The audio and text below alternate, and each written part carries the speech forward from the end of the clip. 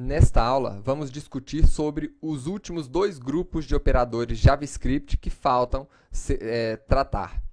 O primeiro grupo são operadores de bits, ou também conhecidos como bitwise. Esses operadores são muito pouco utilizados em desenvolvimento de aplicações web usando JavaScript. E é necessário um forte conhecimento de álgebra booleana. Por esse motivo, nós não vamos tratar desses operadores aqui nesse curso, uma vez que esse curso tem como objetivo capacitar pessoas com um conhecimento mínimo ou zero em linguagens de programação. O segundo grupo de operadores são os operadores especiais. Vamos começar com o operador ternário. E antes de dar continuidade, eu gostaria de deixar vocês tranquilos em relação ao conhecimento desses operadores. Alguns desses operadores a gente já viu, né? Por exemplo, o operador aqui de chamada de uma função, nós já trabalhamos com ele. Mas se você por um acaso não estiver compreendendo o funcionamento de algum operador específico desses aqui, não se preocupe. Nós estaremos abordando cada um desses operadores em separado em capítulos posteriores. Tá? Então, se por um acaso o uso de um desses operadores não fizer sentido agora, fique tranquilo. Lá na frente, você com certeza vai entender o porquê de cada um desses operadores. Então, vamos começar aqui com o operador ternário. Vamos supor que nós tenhamos aqui uma variável idade. E a idade aqui continua sendo o valor de 6. E nós queremos saber aqui, vamos colocar aqui x como sendo o resultado dessa avaliação. O que nós queremos avaliar aqui? Se a pessoa é ou não maior de idade. Para isso, a gente pode utilizar o operador ternário. Esse operador ternário, ele faz uma avaliação e se o resultado dessa avaliação for positivo, ele retorna um valor. Se for negativo, ele vai retornar outro valor. Então, vamos ver. Se a idade for maior ou igual a 18, significa que a pessoa é maior de idade. Então, eu vou retornar aqui o texto maior de idade. Se, por um acaso, o resultado dessa avaliação for negativo, significa que a pessoa é menor de idade. Então, no final, esse operador ternário irá avaliar se a pessoa é ou não maior de idade. Se for maior, ele vai retornar esse texto. Se for menor, vai retornar esse outro. E vai atribuir aqui a variável x. Então, vamos ver aqui o resultado dessa avaliação. Ele é menor de idade. Se, por um acaso, nós colocarmos aqui 21 anos, o resultado passa a ser maior de idade. O outro operador que nós temos é o operador de separação de expressões.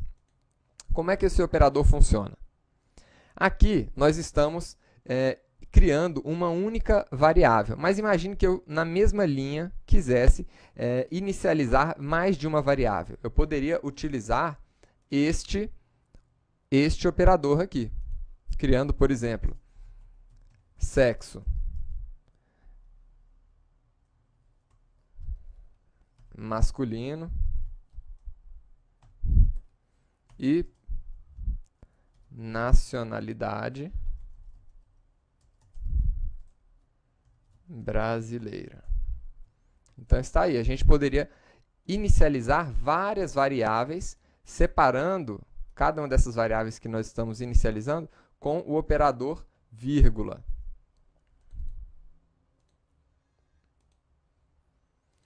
O outro operador é o operador delete, que apaga um operando. Apaga um operando, apaga um objeto, um valor. Então, por exemplo,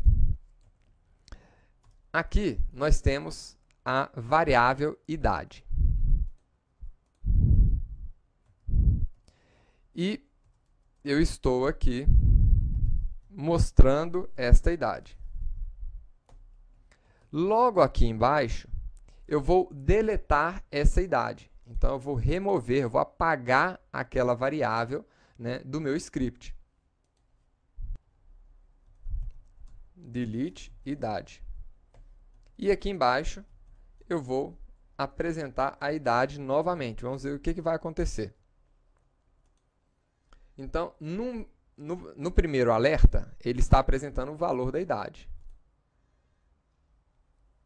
E, assim, desculpe, esse operador delete, ele serve para remover um atributo, né, de um objeto ou um elemento de um array.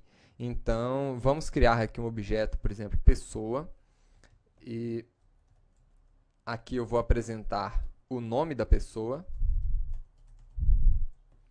e vou agora remover esse atributo deste objeto. E, por fim, vou apresentar novamente o atributo nome do objeto pessoa. Então, aqui nós temos o seguinte resultado. Ele está apresentando o atributo nome dentro do objeto pessoa e depois eu removi esse atributo daquele objeto. E aí ele está trazendo para mim agora undefined. O próximo operador é o operador in, que verifica se existe uma determinada propriedade dentro de um objeto. Então, vamos aproveitar esse mesmo código aqui e mostrar se existe aqui a propriedade nome dentro do objeto. Como é que a gente faz isso? Posso colocar aqui o nome da propriedade, né? Nome, in, pessoa. E a gente pode também avaliar se existe uma outra propriedade, por exemplo,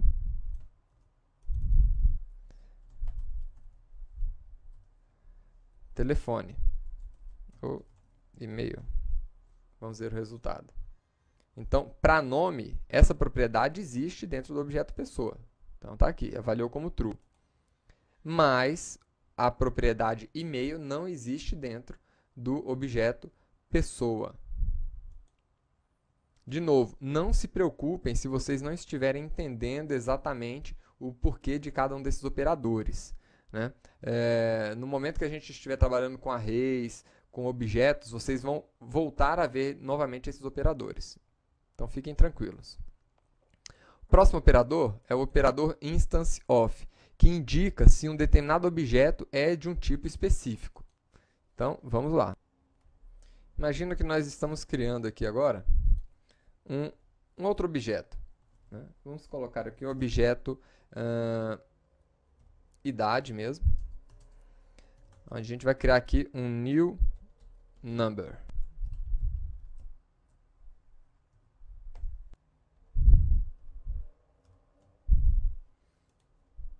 E vamos avaliar aqui agora, né, com o instance of, o tipo desse objeto. Então, idade, eu posso avaliar aqui se é uma instance of number. Vamos ver o resultado aqui. Então, ele é uma instância do objeto number. Eu poderia verificar se ele é uma instância do objeto string, por exemplo. Estamos vendo aqui que não é uma instância do objeto string. De novo, não se preocupem com esses objetos aqui. Number, string, a gente ainda vai, numa aula futura, estudar sobre os objetos JavaScript. Por enquanto, a gente viu os dados primitivos, que são o string, o double e aliás, o string, o boolean e o number. Vamos para o próximo operador, que é o operador new, que vocês já viram aqui como é que se utiliza, né? O new, ele cria um novo objeto para a gente. Vamos aqui agora com o operador this, que faz, na verdade, uma referência ao objeto atual. Então,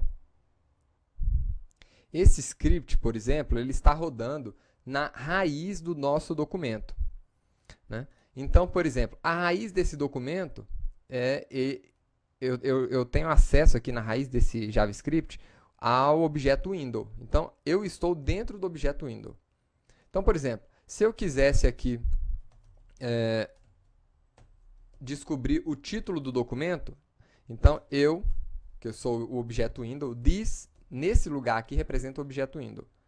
Ponto document, ponto title, vai trazer o título dessa janela aqui, JavaScript aula 6. Agora, se por um acaso nós estivermos dentro de uma função, então, imagina que a gente criou aqui uma função, function, oi.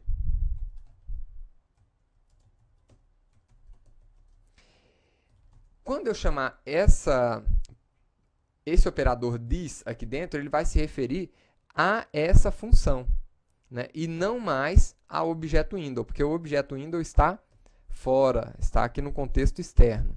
Não se preocupem se isso ainda não estiver fazendo sentido por enquanto, pessoal.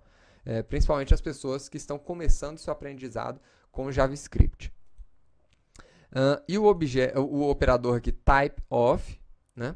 Ele retorna o tipo do operando. Então, por exemplo, vamos aqui.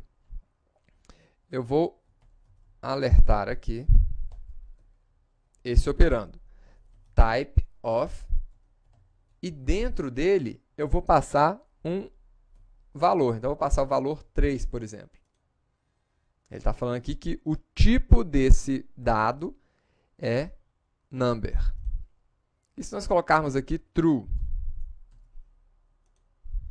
É um booleano, né? É um objeto primitivo do tipo booleano. Agora, imagine que a gente coloque aqui uma função. Então, function, abre e fecha, estou fechando a minha função aqui dentro.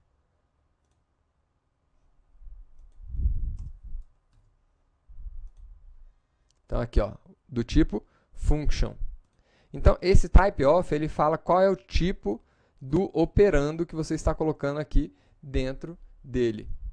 E assim, pessoal, a gente conclui aqui a nossa aula de operadores especiais. Esse operador aqui vocês já viram, já trabalharam bastante com ele, que é o operador de uma chamada de função, né? Então, o próprio método alert aqui, essa aqui é uma chamada a uma função, a função alert do objeto window. Então, o window.alert, nós estamos vendo aqui o operador de chamada de função.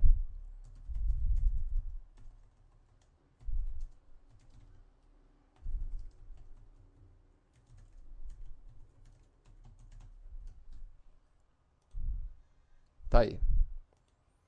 E assim, pessoal, a gente está concluindo aqui, pelo menos a parte conceitual de operadores JavaScript. Na próxima aula, vamos fazer um exercício prático para aplicar alguns dos conhecimentos que a gente já vem adquirindo até esta aula. Então, vejo vocês na próxima aula, pessoal. Até lá!